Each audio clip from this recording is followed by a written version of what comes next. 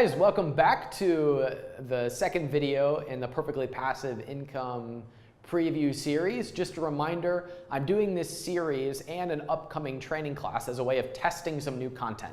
I'm thinking about putting together a workshop in Austin, Texas in 2016, and I'm kind of working through some of the content and I'm testing some of it at a free training class on August 9th. You can sign up for that over at perfectlypassiveincome.com. It's just a way for me to kind of run through some of the content with you and get your feedback and hear how I can kind of refine it for future use, so I can charge a bunch of money for it at the workshop in 2016.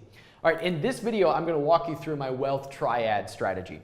Now, my wealth triad strategy is the way that I allocate the money that I make in a business for long-term wealth and cash flow. So if I was advising a new person on how to be successful and how to get rich, I would advise them on three things. Step one, you start a business.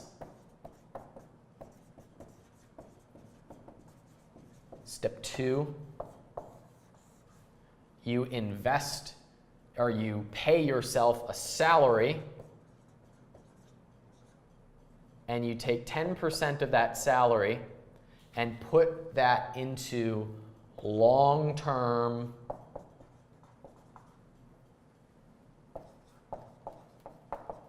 wealth investments. And I'll go through what that is. Okay. And then step three is to put the profits of your business,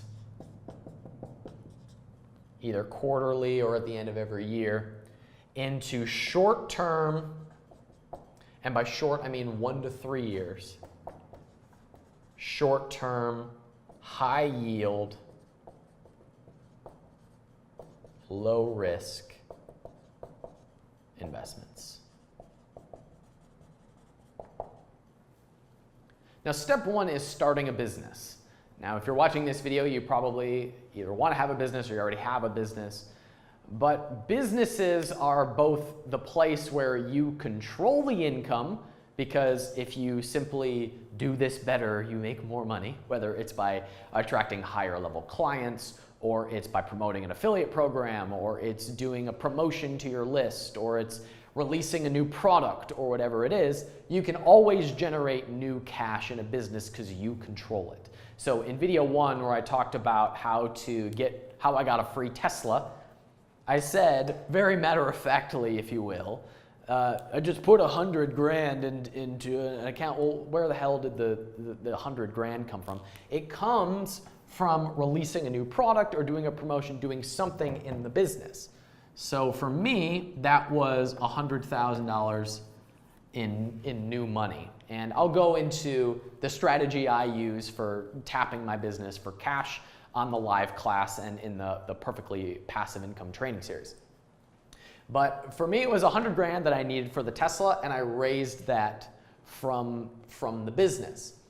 Now, if you were to make 100 grand in a job, this would be taxed. So the money that you would make to put into a toy would be, half of it would go to the government. But if you spend this on a legitimate expense, like a company car, all of a sudden you get to keep all of this and it becomes half paid for. Did I just draw that off the camera again? I did that again. So the 100 grand, when kept in the business, is now fully usable. So for me, it just went right into the Tesla. I tell you all of this because businesses are probably the best legitimate tax shelter, assuming that you're going to spend the money. So you get to keep more of the money that you're going to eventually spend if you have a business. Plus, you impact the amount of money that you make. If you want to make more money, you just do something better in your business. For me, right now, that's attracting higher level clients. And it's not changing who I am or what the products are, but just taking the same products and services that I have and going to the people who are willing to pay the most. I found out that some people are willing to pay $1,000 and other people are willing to pay $100,000 for the exact same thing. So I get to work a lot less, make more money if I just focus on the people who are willing to pay more. That was a mouthful. But that's part one of the wealth triad. The question often comes up in business. How do you pay yourself? What do you do about taxes? How do you make sure that you're living a consistent lifestyle without spending all of the money in the bank? What I recommend for people is that they put themselves on salary from their company, so they're paying themselves the same amount every month, and then taking 10% of that and putting that into long-term wealth investments. In my opinion, this is my opinion, this is not investment advice. I really don't even know what I'm doing, so you probably shouldn't even listen to me at all. But in my opinion, the best place to put your money, in fact, the only reason to invest at all is for cash flow. Have you ever worried about putting your money into the stock market or some place where it could go down in value overnight? To me, that's a nightmare scenario, and I don't want to be a part of that. I don't want to be invested in things where all my money could go away. So the most predictable thing, in my opinion, for you to do is to buy on cash flow, to buy on passive income. And one of the most proven places for this is increasing dividend stock.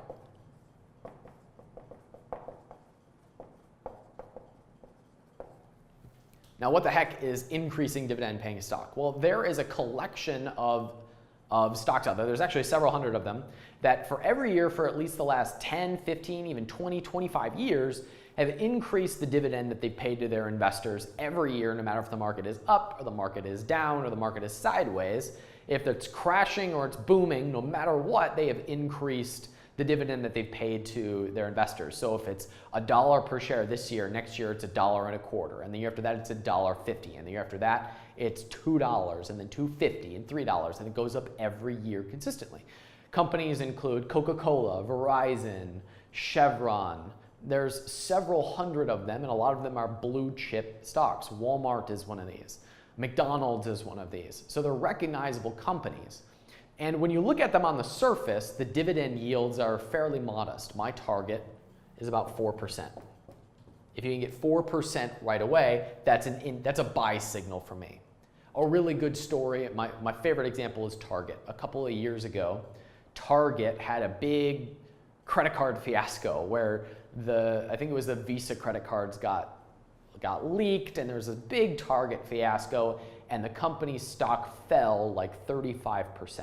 So the stock was doing this, and then the Visa scare happened, and it fell pretty substantially. Well, at the same time, over the last 25 years, the dividend of Target was doing this. It just kept going up. So when it fell and it hit the 4% mark, that was a buy signal for me. That means go all in on Target. This is a really good stock to hold for a long time. And even though it may have come down a little bit further after that, it of course recovered and is now here, and the dividend continues to go up. So if I bought it here and the dividend is now here, the return on investment is like, we'll just say it's 6.5% per year, which is really, really healthy for a dividend paying stock that you're going to want to hold for a long time, because this is going to continue going up. So in 5 years, the ROI on my original money, I just got marker on my hands, the ROI on my original money is going to be 10, 12, 15% on my original money. I'm not putting more money into that, it's just what I purchased. And over time, the return on that is going to keep going up and keep going up and keep going up. And if, all things stay the same and on the same pace that they are right now, the value of the underlying stock is also going to go up. And of course, there's no guarantee it's going to go up. It might drop off a cliff tomorrow. But even if it dropped off a cliff, guess what would happen? The dividend keeps going up according to the last 25 years of history. So if it ever dips again, I'm just going to buy more, because 4% is that buy signal. So this is how you can identify where to put the money, the 10% of your salary that you're putting into some sort of investment every single month. You just follow the cash flow. You follow the companies that have a history of paying you more dividend, no matter what the market is doing. Even during the 2007 crashes and fiascos, they were still paying more to their investors than the previous years. So if you plan on putting these into long-term wealth stocks, then it doesn't matter what the market's doing. You don't have to guess. You just follow the cash flow. You let the cash flow be an indicator of these. So you could simply Google companies with increasing dividends for 25 years or 10 years or whatever you want to follow, and you'll come up with a list of these. This is where I recommend people put the percentage of their paycheck that they're getting every month. So that is step 2. If you were to do only these 2 things, how do I look from this angle? Good. This is my good side. Am I right? This is the better half of my face. If you only did these 2 things, you'd be better than about 80% of entrepreneurs. A, because you control your income in a business, and B, because you're putting into a proven investment model where you're not guessing. It's not sexy. It's not exciting. 4% on the surface looks really boring. Like, who gives a hoot about 4%? But given 5 to 10 years, this starts to get really exciting. You're looking at sometimes 10% plus on your original money. Sometimes, of course, everything is going to be different, and past performance is no indicator of what's going to happen in the future. But if you've got a long track record, this is set to go up a lot over time. So this is just, there's no guessing in here. You follow the money. Where it gets a little bit more exciting is in stage 3 of the wealth triad, where we take our profits at the end of the year, what's left over from paying ourselves and running our company expenses, and we put them into short-term, high-yield, low-risk investments. And actually, I shouldn't even call this short-term. We're just going to say high-yield, low-risk investments, because there are some places here that I'll hold for a long time, including real estate, like single-family homes, apartment buildings, and we'll talk about some of this more in video number 3. This also includes business funding. This is notes. There's private lending. And there are some other ones as well, but let me run through some of these pretty quickly. Real estate we'll talk about pretty thoroughly in video number 3. But I personally, now, I don't start a lot of new businesses. I now will fund businesses that I'm able to impact. So if I'm familiar with an industry, if I know how a certain type of business works, and I have a client or a student that has a similar business that I know that I can impact, I will buy into that type of a business and very quickly get an ROI on that. It's the Shark Tank model. It's the Kevin O'Leary model. It's the Robert Herjavec model on Shark Tank, who will invest in this knowing they can quickly impact the business and get their money back with friends really, really quickly. I invest in notes. Notes are basically buying debt.